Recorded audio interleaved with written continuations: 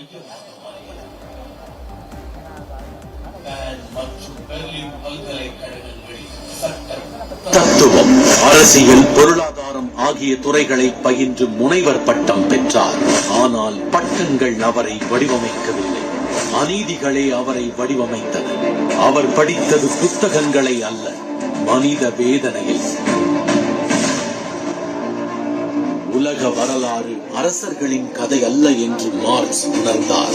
அது வர்க்க போராட்டங்களின் வரலாறு. முதலாளிகள் மற்றும் தொழிலாளர்கள், இந்த மோதல்தான் வரலாற்றை நகர்த்துகிறது.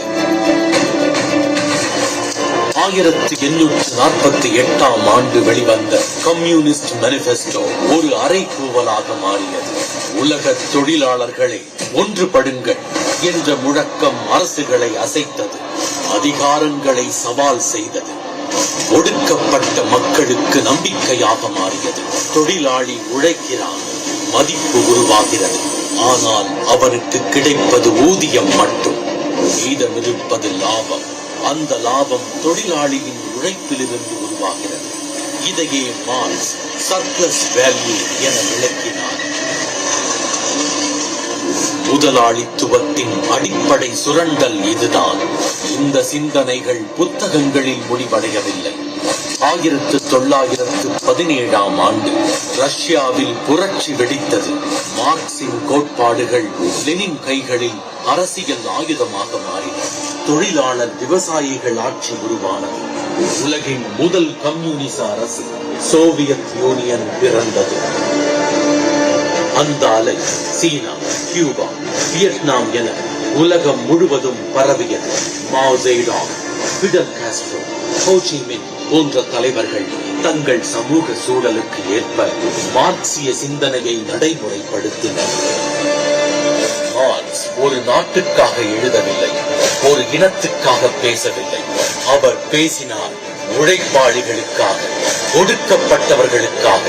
அதிகாரத்தின் மீது கேள்வி எழுப்பினார், உழைப்பின் மரியாதையை உலகத்துக்கு நிறைவூட்டினார்.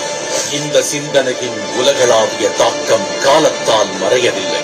1999ஆம் ஆண்டில் பிபிசி நடத்திய கருத்து கணிப்பில் கடந்த 1000 ஆண்டுகளின் மிகச்சிறந்த சிந்தனையாளராக காரல் மார்க்ஸ் தேர்ந்தெடுக்கப்பட்டார்.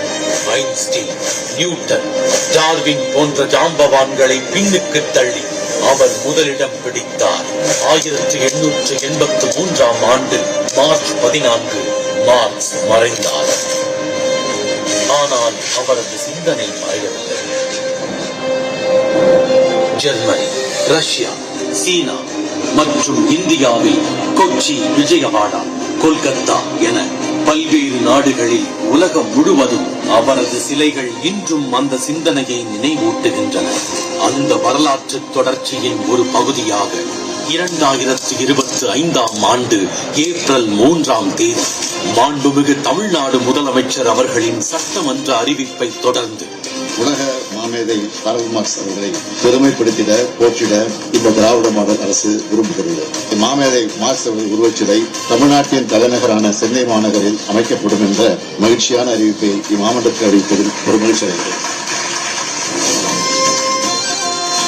சென்னை எழும்பூர் அருங்காட்சியக வளாகத்தில் உள்ள கன்னிமாரா நூலகத்தின் நுழைவு வாயில் பகுதியில் ரூபாய் 85.80 லட்சம் செலவில் நிறுவப்பட்ட மாமேதை காரல் மார்க்சின் திருவுருவச் சிலை மக்களின் பார்வைக்கு திறந்து வைக்கப்பட்டுள்ளது. இது ஒரு சிலை திறப்பு மட்டுமல்ல, சமத்துவம், சமூக நீதி, உழைப்பின் மரியாதை ஆகிய சிந்தனைகளுக்கான ஒரு அடையாளம். அந்த சிந்தனையை இன்றைய தலைமுறையிடம் கொண்டு சென்ற மாண்புமிகு தமிழ்நாடு முதலமைச்சர் அவர்களுக்கு எங்களது நெஞ்சார்ந்த நன்றியை தெரிவித்துக் கொள்கிறோம்.